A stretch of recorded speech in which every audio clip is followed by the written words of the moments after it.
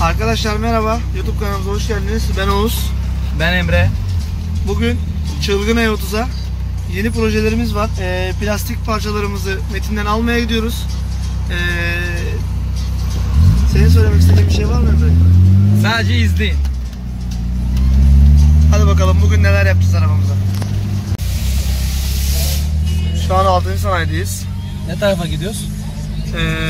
6. sanayinin diğer tarafına geçeceğiz. Metin'den plastik parçaları alacağız. Ondan sonra onların boyalarını yapıp takacağız arabanın üstüne, montajını yapacağız. Sonra egzoz sistemi herhalde. Daha ufak tefek sürprizler de var. Arkadaşlar arabaya komple motor yapacağız biz, keyfi. 318. Gene orijinal bir motor olacak. Sürprizli ellemeler olabilir içerisinde. O da ayrı bir şey olacak. Onu söyleme artık. Şey de yapalım. Mercedes'te bu ara çok boşladık. Ona da bir temizlik videosunu çekelim. Ağlar evet. Küser bize sonra. Mercedes'in videosunu da bugün çekeceğiz. Ekstra olarak onu da sonra yayınlayacağız. Metin'le orada görüşürüz. Evet arkadaşlar, geldik. Bunun videosu gelecek bak. Eşi benzeri yok bunun ha. Bu belli bir like'tan sonra ama. Bu adamın arabasını almak öyle kolay değil. Duruyor bu. Gel. Şimdi içeri gidip malzemelerimize bakalım. Olmuş mu?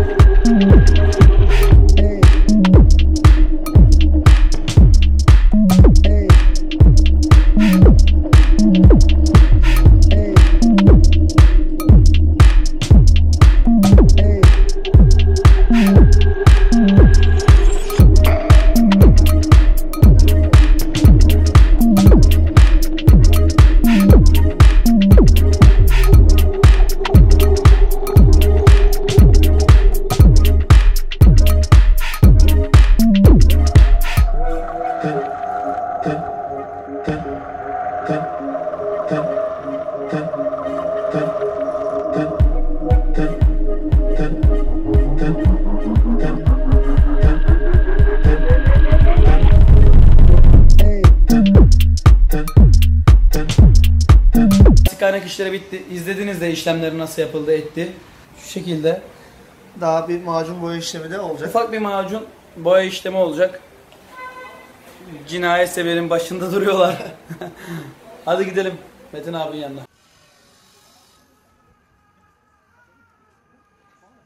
Metin abimize çok teşekkür ederiz arkadaşlar. İşimizi gördü.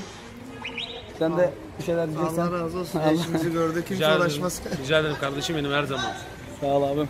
Görüşürüz arkadaşlar. Oraya da göster. Bak. Like atıp beğenmeyi, yorum yapmayı, her şeyi yapın.